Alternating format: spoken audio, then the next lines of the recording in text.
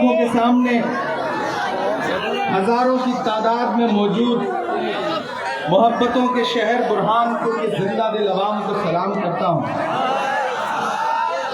न तेरा है न मेरा है, ये हिंदुस्तान सबका है। न तेरा है न मेरा है, ये हिंदुस्तान सबका है। नहीं समझी गई ये बात तो नुकसान सबका है। न तेरा है न मेरा है, ये हिंदुस्तान सबका है। नहीं समझी गई ये बात तो नुकसान सबका है। जो इसमें मिल गई नदियां वो दिखलाई नहीं देती, महासागर बनाने में मगर एहसान सबका है। तारीखी इकबाल चौक और उस पर मौजूद हजारों हजार नौजवान साथी बुजुर्ग, मुझे दूर से सुन रही मेरी माएं बहनें, सबको सलाम करता हूं। साहब राकेश खत्री साहब, इकबाल मीर साहब, दुर्गेश शर्मा जी, शैली खीर साहब, मुन्ना पहलवान साहब, डॉक्टर एडवोकेट आसिफ शेख साहब, डॉक्टर SM तारिक साहब, डॉक्टर इमरान खान साहब, जौहर साहब, और आपसे ये कहने आया हूं कि मैं परसों जबलपुर में था, उससे पहले तेलंगाना में था, हैदराबाद में, और उसके बाद यहां आया हूं। यहां से फिर तेलंगाना चला जाऊंगा।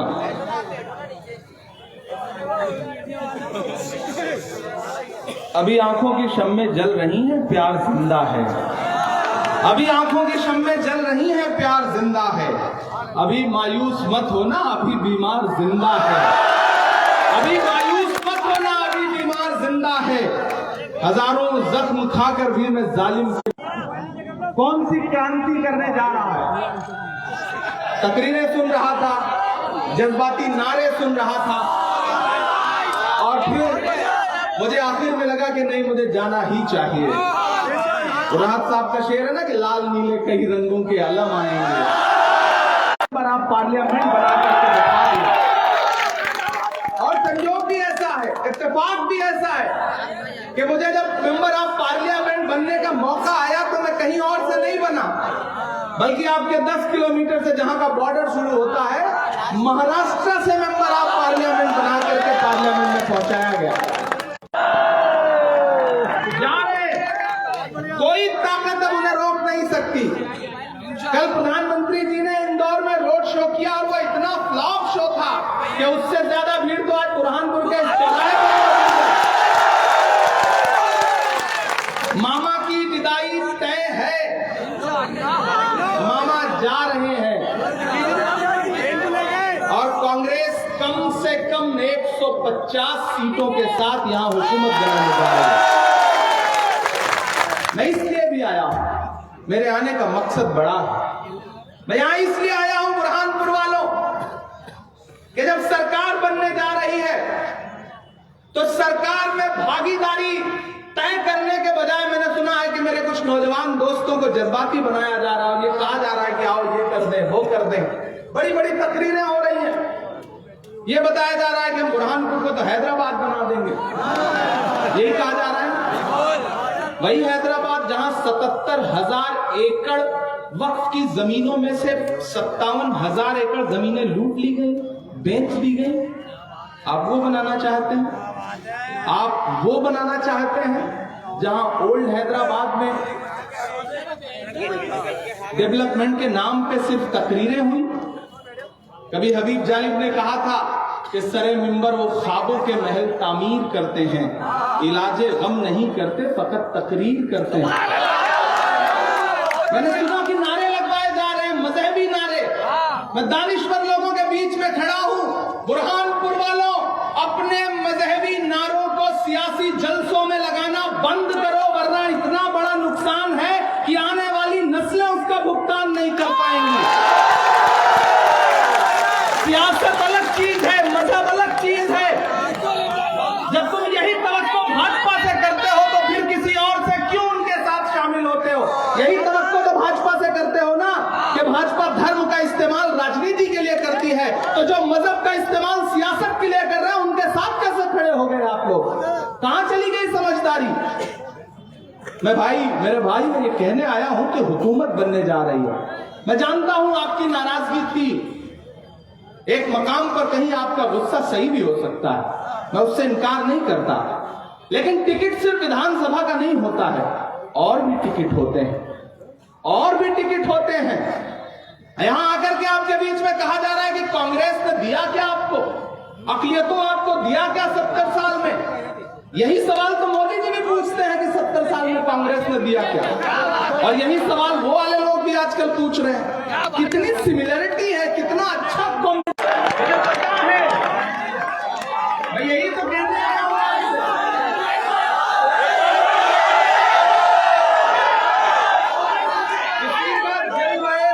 तखय्युलात में है, शराब बन के कोई जिंदगी की रात में है, बहुत बुलंद फजा में तेरी पतंग सही, मुझे पता है मुझे डोर किससे।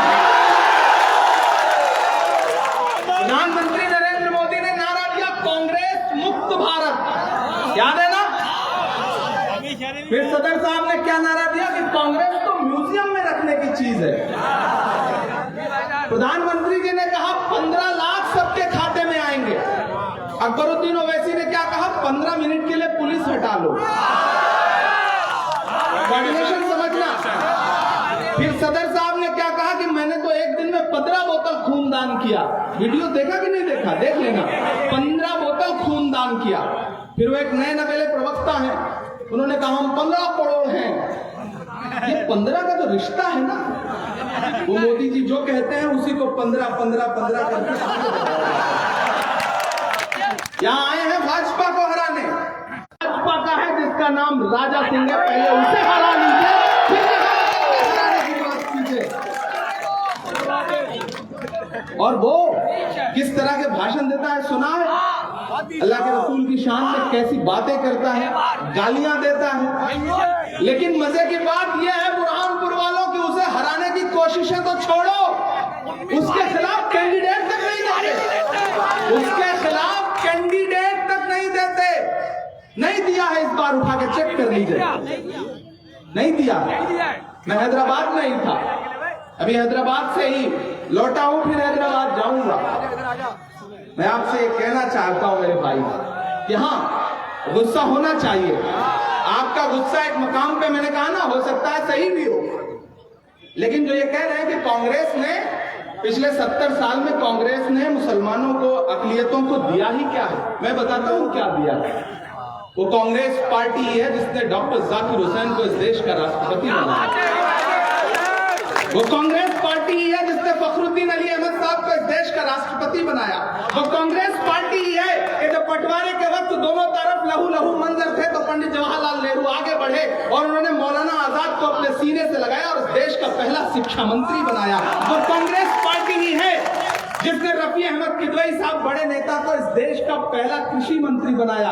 वो कांग्रेस पार्टी ही है जिसने सैयदा अनवरा तैमूर को असम का मुख्यमंत्री बनाया। वो कांग्रेस पार्टी ही है जिसने अब्दुल गफूर साहब को बिहार का मुख्यमंत्री बनाया। वो कांग्रेस पार्टी ही है जिसने बरकतुल्लाह साहब को राजस्थान का मुख्यमंत्री बनाया। वो कांग्रेस पार्टी ही है बुरहानपुर वालों जिसने अब्दुल रहमान अंतुले को महाराष्ट्र का मुख्यमंत्री बनाया। वो कांग्रेस पार्टी ही है जिसने सलमान खुर्शीद साहब को इस देश का विदेश मंत्री बनाया।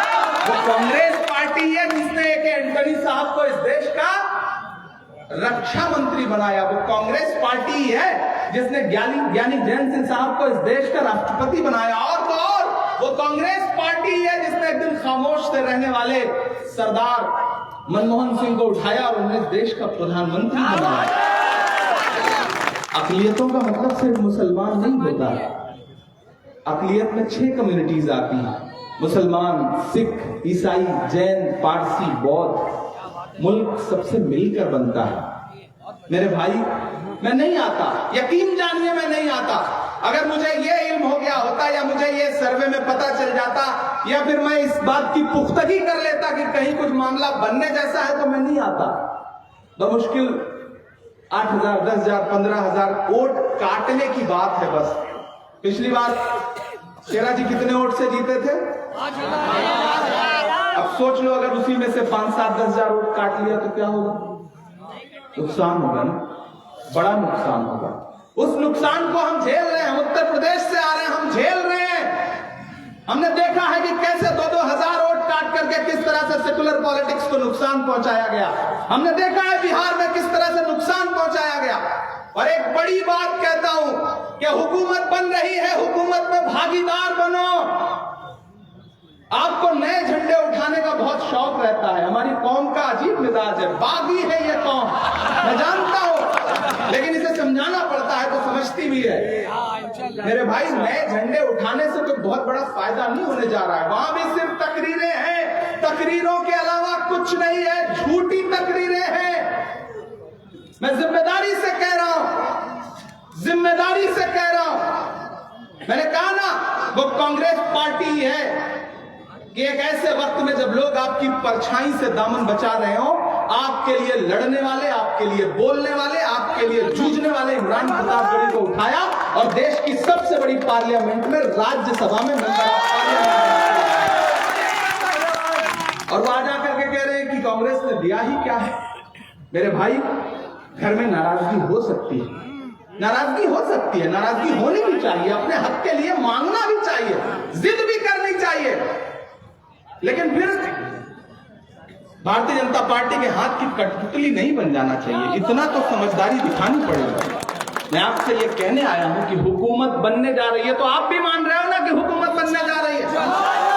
यहां बहुत सारे लोग ऐसे आए हैं जो कांग्रेस पार्टी से इत्तेफाक रखते हैं। कुछ ऐसे भी नौजवान साथी होंगे जो इत्तेफाक ना भी रखते होंगे। मैं उनसे मुखातिब हूं, और जहां मेरी आवाजें पहुंच रही हैं, वो मेरे नौजवान जो जज्बाती नौजवान हैं, जिनके लिए मिल्लत का दर्द बहुत बड़ा दर्द है, मैं उनसे खास तौर से मुखातिब हूं कि दे लेना मुझे सोशल मीडिया पे गालियां, कर लेना मेरे खिलाफ फेसबुक पे जितने पोस्ट करने हो। मैं तो 2017 से नांदेड़ से झेल रहा हूं, क्योंकि मैं जानता हूं लम्हों ने खता की है, सदियों ने सजा पाई। मैं जानता हूं नुकसान क्या किया जा रहा है, मैं जानता हूं कि क्या नुकसान किया जा रहा है। और एक बात और सुन लेना, अगर सरकार ना हो, अगर सरकार आपकी अपनी ना हो, तो पूरे मुल्क में ऐसा माहौल बना दिया गया है कि अगर दमदार विधायक ना हो तो थाने से मोटरसाइकिल नहीं छुड़वा सकता, तकरीरें जितनी भी बड़ी बड़ी करें।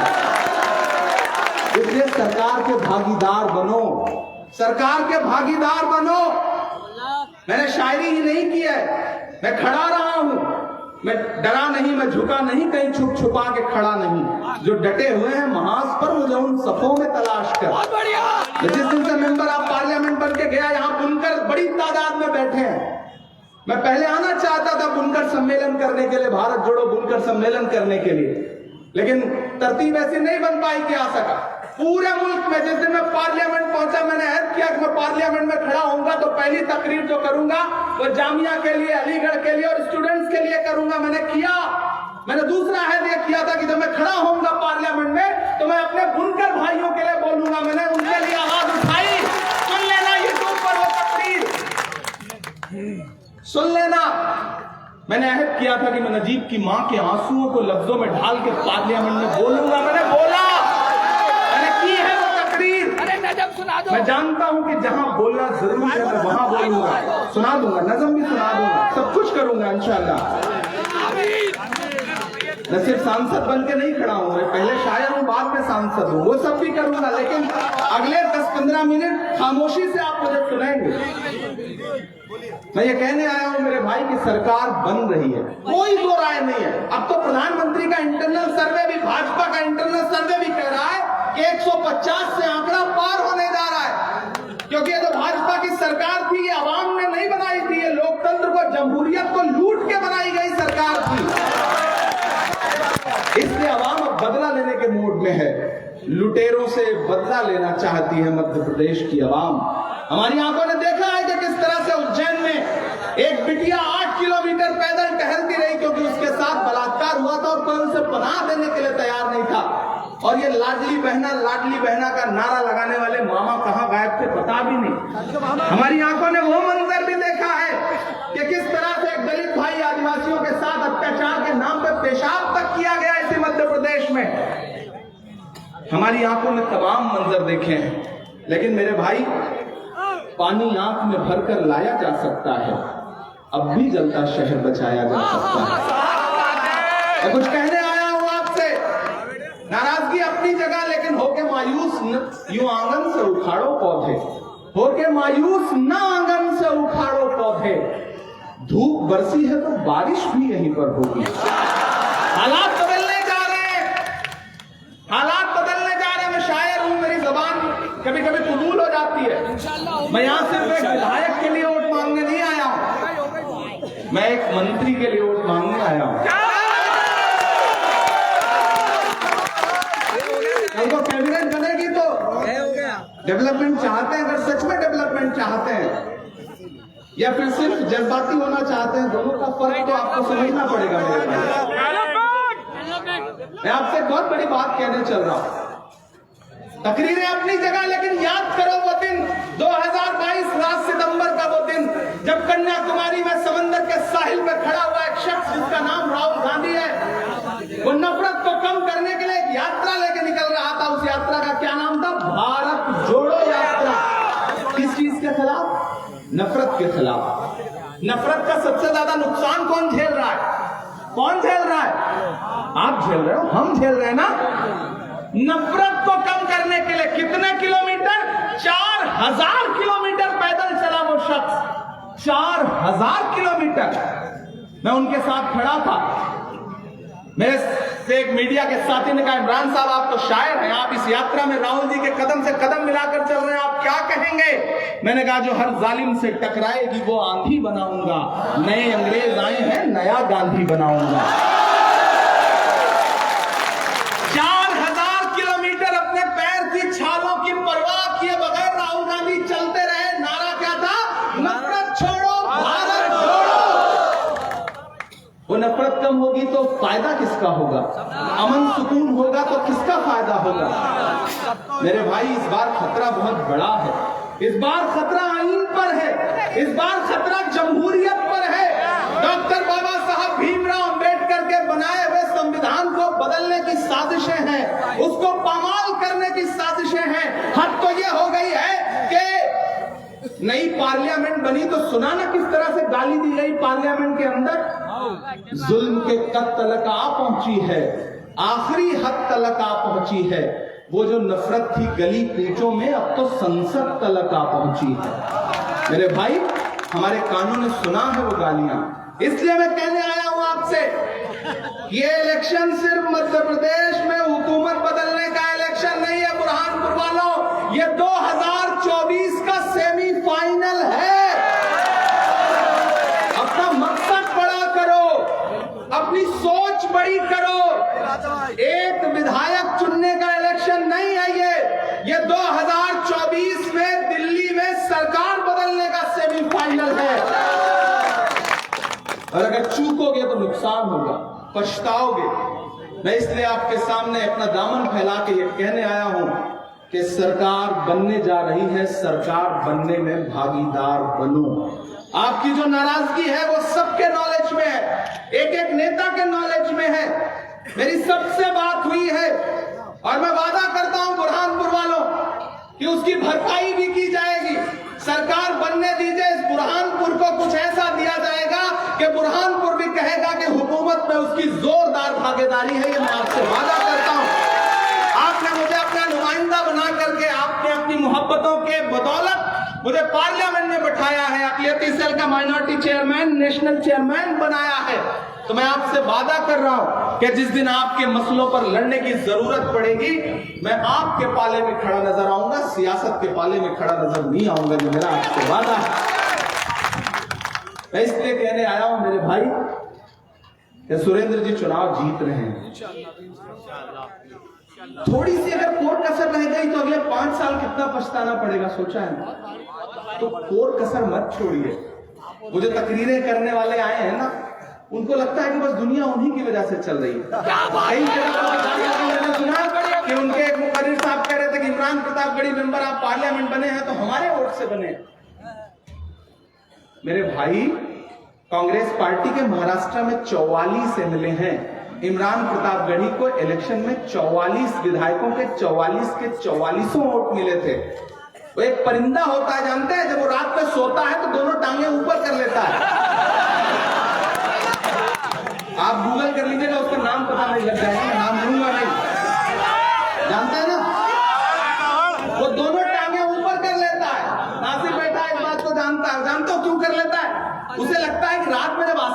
टूटेगा तो मैं अपनी टांगों से आसमान रोक लूंगा। मुझे लगता है कि दुनिया चल रही है तो मेरी वजह से चल रही। नहीं भैया, आपकी सिर्फ तकरीरें चल रही है, आपका सिर्फ धंधा चल रहा है, आपकी सिर्फ दुकान चल रही है। मैं जानता हूं जितना हमला उनको बीजेपी में करना था उससे ज्यादा कांग्रेस पे हमला। कांग्रेस ने ये किया, कांग्रेस ने वो किया। अरे मेरे भाई, कांग्रेस ने 70 साल में क्या किया? यही सवाल तो नरेंद्र मोदी जी भी कर रहे हैं। उस दिन पार्लियामेंट में खड़े होकर के मोदी जी कह रहे थे, बताइए कांग्रेस ने 70 साल में आपने क्या किया? खड़गे साहब मुड़े, बोले इमरान मत बताना, बता दोगे तो ये उसको भी बेच देंगे, इनका काम सिर्फ बेचना। ये भाजपा के लोग हमसे 70 साल का हिसाब मांगते हैं, 70 साल का हिसाब मांगते हैं।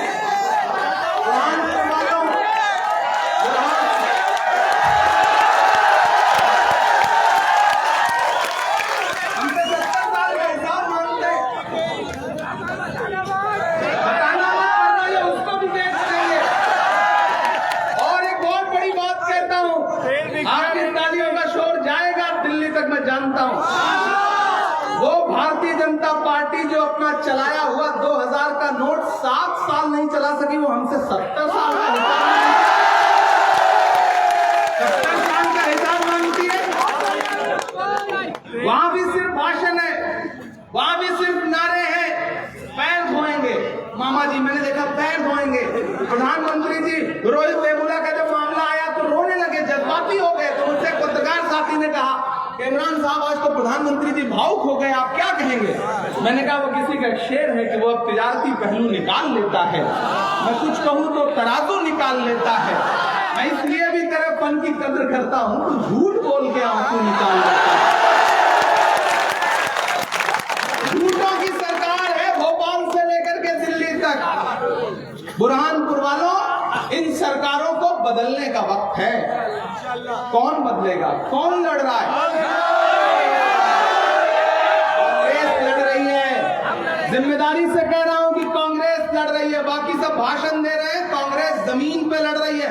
4000 किलोमीटर का मतलब समझते हैं आप? पैदल 4000 किलोमीटर। मेरे पैर के 10 जो उंगलियां हैं, इनमें से एक में भी नाखून नहीं बचा था, जबकि मैं पूरा 4000 नहीं चला था, बल्कि 2500 किलोमीटर ही चला। सोचिए, राहुल गांधी 4000 किलोमीटर चलता रहा वो शख्स, बहुत बढ़िया, सिर्फ इसलिए क्योंकि नफरत कम हो जाए। मेरे भाई, आप तो इस बात पर यकीन रखते हैं, आप तो इस बात पर ईमान रखते हैं कि मजदूर की मजदूरी उसका पसीना सूखने से पहले उसे दे दी जाए। रखते हैं इस बात पर ईमान की नहीं? रखते हैं इस बात पर ईमान ना? तो मेरे भाई, मैं राहुल गांधी की उस मोहब्बत के लिए आपसे वोट मांगने आया हूं, अपना दामन फैला करके। आपके शहर से भी गुजरी थी वो यात्रा, आपके शहर से भी गुजरी थी वो यात्रा, आपने दामन फैला करके राहुल गांधी को मोहब्बतें दी थी। अगर खुदा न खास्ता कोई गलती हुई तो राहुल गांधी के दिल पे क्या गुजरेगी? मैं तो जिस शहर से आया था, मोहब्बतें समेट करके उस शहर में मुझे ठुकरा दिया। क्या ये अच्छा लगेगा? नहीं लगेगा। मेरे भाई, जब कर्नाटक में नफरत के बाजार में मोहब्बत की दुकान खुल गई है, तो मध्य प्रदेश में तो शोरूम खुलना चाहिए। शोरूम खुलना चाहिए। शोरूम खुलेगा। और एक बात समझ लेना, तकरीरों के नाम पे कितना भी जज्बाती किया जाए, लेकिन एक प्रैक्टिकल बात बताता हूं, आपके 90% मामलों के हल उसी दिन हो जाते हैं जिस दिन सरकार बदल जाती है। अधिकारियों के मिजाज बदल जाते हैं, सोच बदल जाती है। तो मेरे भाई, विधायक नहीं, सरकार बदलो। विधायक नहीं, सरकार बदलो। सरकार बदलने के लिए वोट करो। पूरा मध्य प्रदेश, पूरा तेलंगाना, पूरा राजस्थान, पूरा छत्तीसगढ़ एक सुर में कांग्रेस के साथ खड़ा है। मध्य प्रदेश में एक एक इलाके में दलित हो, अल्पसंख्यक हो, बहुसंख्यक हो, पिछड़े हो, एकजुट होकर के कांग्रेस पार्टी को वोट कर रहे हैं, क्योंकि उन्हें पता है कि सरकार बदलना है। इस बार ये व्यापम वाली सरकार है, ये झूठों की सरकार है। इस सरकार को बदल के रख देना है। और एक बात और आपसे कहता हूं कि जब जंगल में आग लगती है, बहुत संजीदगी से इस बात को ले जाना कि जब जंगल में आग लगती है तो न तो वो बरगद बचते हैं जो हवा को आंधी में तब्दील करते हैं, और न वो बांस बचते हैं जो आपसी रगड़ से चिंगारी पैदा करते हैं। याद रखना मेरी इस बात को। मैं बहुत संजीदगी से आपसे ये बात कहने आया हूं कि मेरे भाई ये इलेक्शन बहुत अहम है, ये इलेक्शन बहुत जिम्मेदारी का इलेक्शन है। खूब चाहिए नारे, अगर लग रहे हैं तो खड़े हो जाइए, ताली बजा लीजिए। आज के बाद 5 बजे के बाद तो वैसे भी नहीं जाएंगे, दुकान तो समट ही जा रही है सबकी। अब तक जो किया सो किया, लेकिन अब आपका भाई, आपका शायर दोस्त जिसे आप पसंद करते हैं, जिसके लिए दुआएं करते हैं, वो आपसे ये कहने आया है कि हुकूमत में भागीदार बनो। जज्बाती बनना अच्छी बात नहीं है, हुकूमत में भागीदार बनना समझदारी भरा कदम है। और वो कदम यही है कि कांग्रेस के साथ चलना, कांग्रेस के साथ चलना है। सूबे में कांग्रेस की सरकार बनानी है। मैं अगले थोड़ी देर आपसे ये कह रहा हूं कि या तो फिर यारियां नहीं होती या अदाकारियां नहीं होती, या तो फिर यारियां नहीं होती या अदाकारियां नहीं होती। जिसको चलना है आज साथ चले, रोज तैयारियां नहीं होती, चलना पड़ेगा साथ में। मैं अभी इंदौर से आया, सुबह रात में 5 बजे, 5:15 बजे की फ्लाइट ली दिल्ली से, फिर इंदौर उतरा। इंदौर से भाई माशाल्लाह क्या सड़कें हैं शेरा साहब आपके सूबे की। इंदौर से बुरहानपुर पहुंचने में ऐसा लग रहा था मैं सफर नहीं कर रहा हूं बल्कि आखिरी सफर कर रहा हूं। सड़कें ऐसी हैं और चैनलों पे बैठ के भाजपा के नेता बताएंगे कि हमने तो चमचमाती सड़कें बना दी हैं। मतलब झूठ बोलने में क्या कमाल की महारत हासिल है भाजपाइयों को। वो पिछले दिनों भाजपा के एक मंत्री जी गांव में पहुंचे, बोले गांव वालों बताओ तुम्हारी क्या समस्या है, हम सारी समस्या दूर कर देंगे। तो गांव वाले बुरहानपुर की तरह भोले भाले लोग थे, वो निकल के सामने आए। उन्होंने कहा साहब 2 समस्या है। बोले बताओ। बोले पहली ये है कि हमारे शहर में, हमारे गांव में हॉस्पिटल नहीं है। तो मंत्री जी ने अपना मोबाइल निकाला, डाटा पता नहीं किसको फोन पर, बोले कल तक यहाँ पे डॉक्टर्स आ जाने चाहिए, हॉस्पिटल खुल जाना चाहिए। फोन रख दिया। फिर बोले बताओ दूसरी समस्या क्या है। तो गांव वालों ने कहा साहब दूसरी समस्या यह है कि इस गांव में मोबाइल का कोई भी नेटवर्क नहीं है। ये है इनका झूठ। समझ में देर से आएगा मैं जानता हूं, ये है इनका झूठ। इसलिए झूठ के खिलाफ खड़े होइए, सरकार बदलिए। ये जितने झूठे हैं इन्हें ये एहसास दिला दीजिए कि नहीं, मजहबी नारे हमारी मजहबी महफिलों के लिए हैं, सियासी महफिलों के लिए नहीं है। हम अपने मजहबी नारों को सियासी जलसों में लगाने से इत्तेफाक नहीं रखते हैं। ये वही राजनीति है जो भाजपा कर रही है, ये वही राजनीति है जो इस मुल्क को बांटना चाहती है। एक तरफ 85% खड़े हो जाएं, एक तरफ 15% खड़े हो जाएं, ताकि दोनों की दुकान चलती रहे। लेकिन उस दुकान में आम आदमी के लिए न तो मोहब्बत है, न एकजुटता है, न प्यार है। ये वो शहर है जो गंगा जमुनी तहजीब का शहर है। ये वो शहर है जिसकी विरासत पर हिंदुस्तान नाज करता है।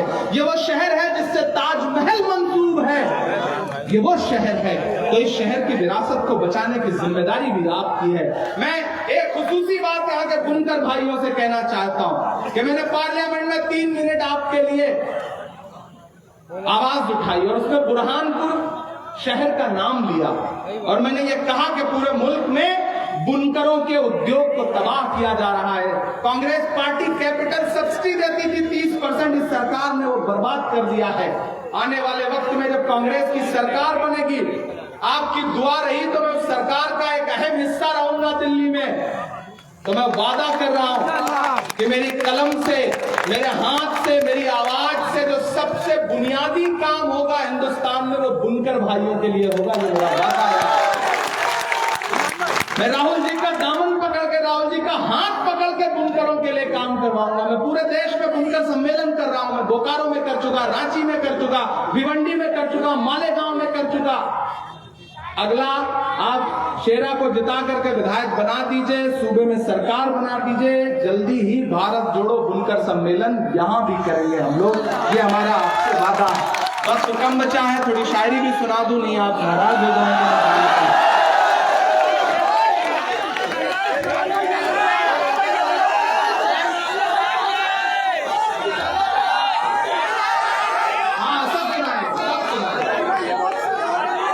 के मत समझना डराने से डर जाएंगे।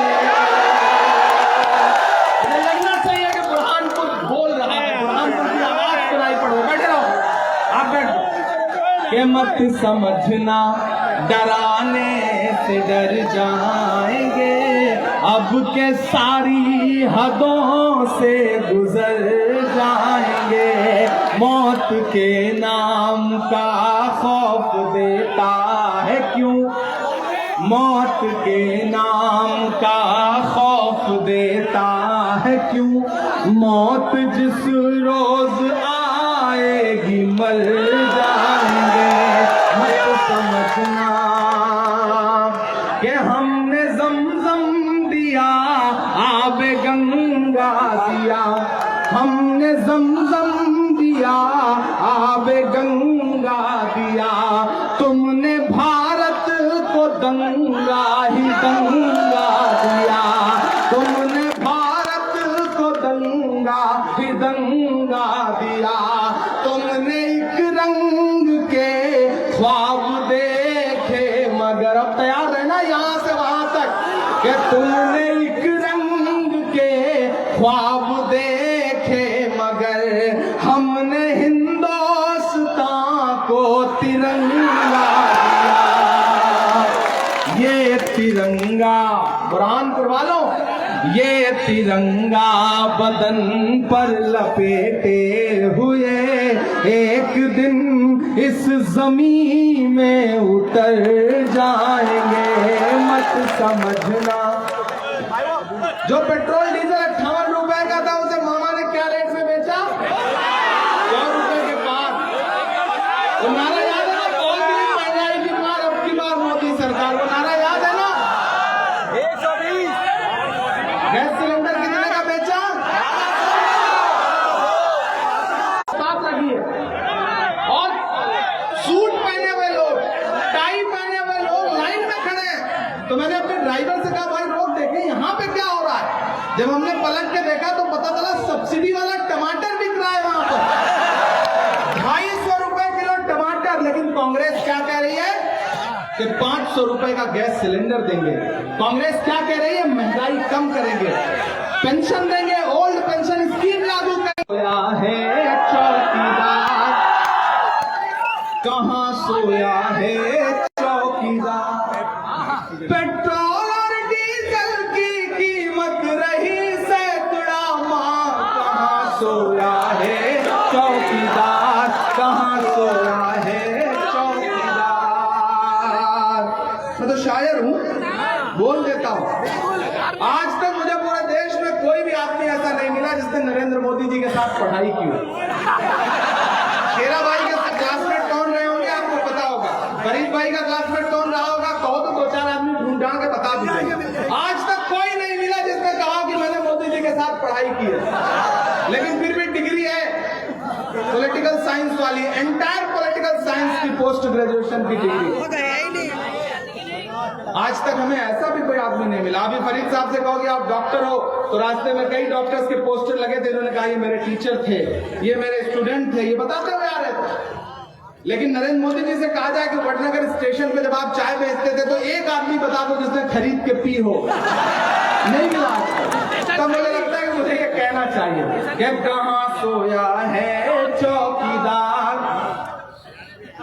अजान हो रही है, आप अगले 2 मिनट खामोशी से करें, जहां जैसे ऐसे खड़े रहे, शोर मत करें, अजान का एहतराम आप भी करें ना।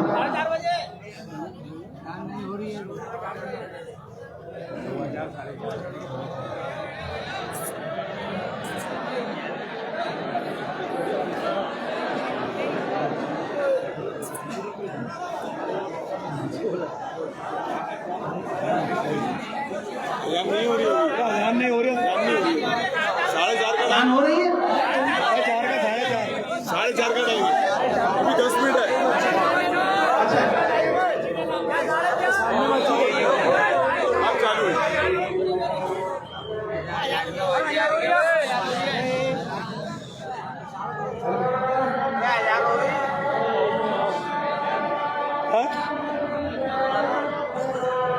हाँ तो पढ़ेंगे, अजान के बाद पढ़ेंगे, वही पढ़ेंगे। बोल दी हमने, बोल दी।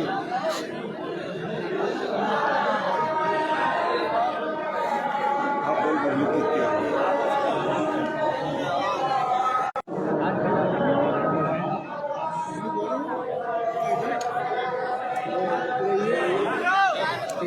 लीडर नहीं है और वहाँ पे 27 उधर नबील बंदा की शक्कर पड़ गई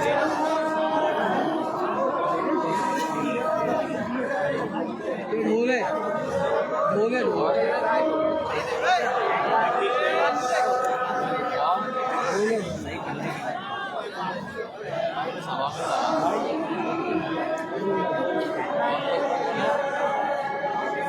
दिमाग कराएंगे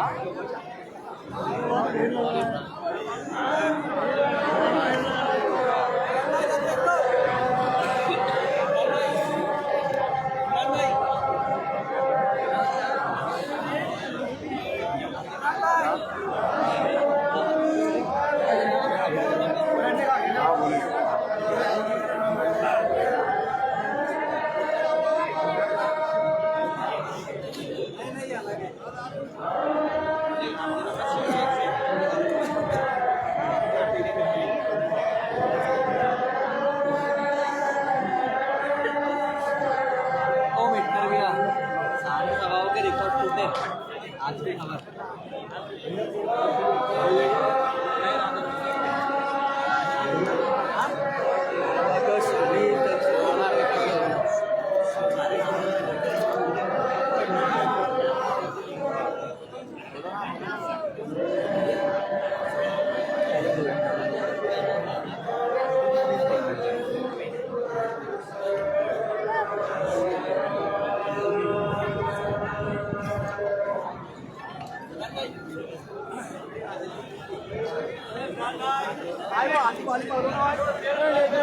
हाँ, अजान मुकम्मल हो चुकी है।